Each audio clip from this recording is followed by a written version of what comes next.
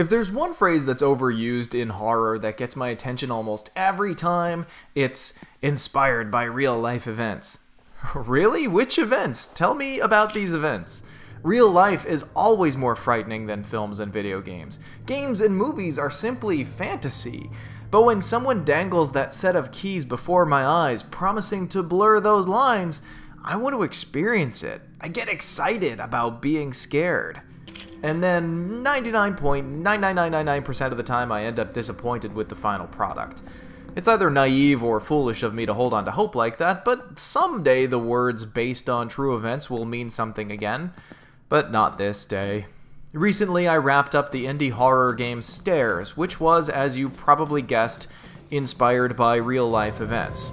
It tries, and fails, to tell the tale of a reporter who investigates the, quote, grisly mysteries behind 3 stories.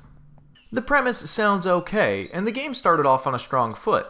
Good lighting, decent environmental models, taking photos in what should be a closed-off crime scene in a remote part of the wilderness.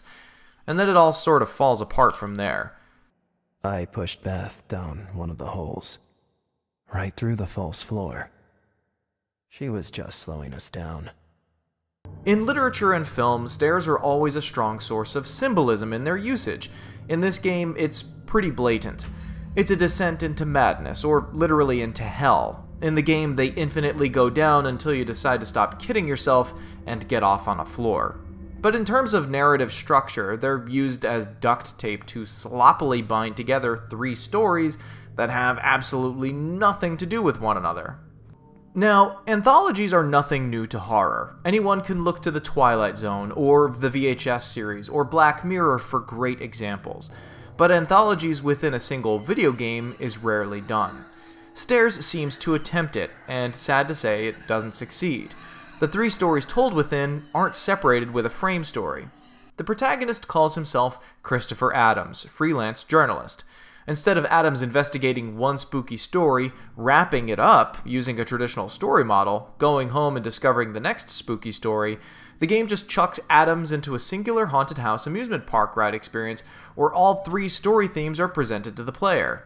It's a sloppy premise. It's the equivalent of The Twilight Zone trying to jam the 2 episodes Little Girl Lost and Nightmare at 20,000 Feet into the same episode. I pushed Beth down one of the holes.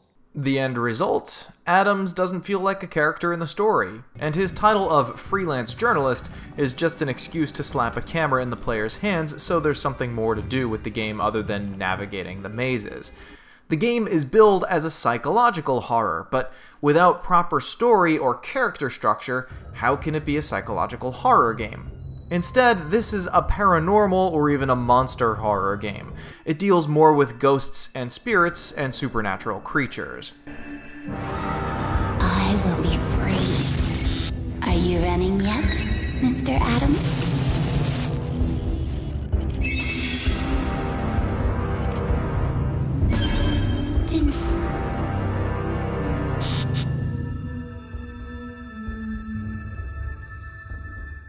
So the game was poorly planned and kinda mismarketed.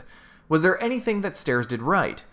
The developers definitely had a few good spooky ideas, but they're sadly lost in the mess.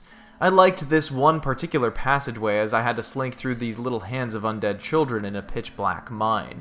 Using the camera's night vision as your only source of light in this part of the game made me think of the popularity surge in ghost hunting shows of the recent past. Made me wonder why gaming never really tapped into that market. But most attempts this game makes to be clever often comes across as annoying. Take this valve on the floor that the protagonist is embarrassingly too weak to lift. It's just a valve. But in order to get the valve into the proper space, you need to take a photo of where it should be seated. Yeah, that makes sense. I pushed Beth down one of the holes. The voice acting is pretty terrible across the board. And what's weird is some notes are read aloud while others are not. There's some messages that haven't even been translated into English. The majority of the game is navigating gigantic, boring mazes in the dark. Not much really else to do, just wander around aimlessly down long, boring hallways until you figure out what the game wants you to do next. Sure, there's a few monsters, but their AI and animations are pretty rudimentary. I pushed Beth down one of the holes. The game is plagued with really minor obstacles that block passageways. What made it worse was, while trying to find my way through mazes, I accidentally went over quite a few of them and trapped myself, and had to reload from a long time ago. I died a number of times from invisible threats.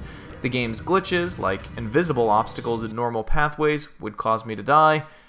And get ready to see a lot of recycled assets. Buildings copied and pasted, 10,000 garbage cans in the hallways. Whoever brought all these garbage cans down here had to steal an entire neighborhood's worth.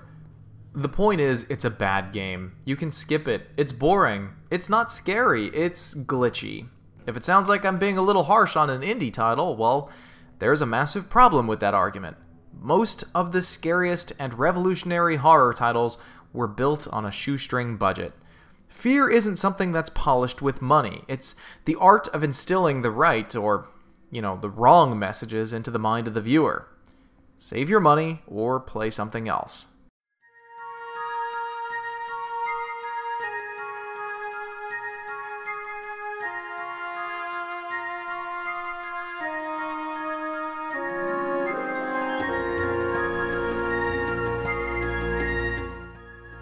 I pushed Beth down one of the holes.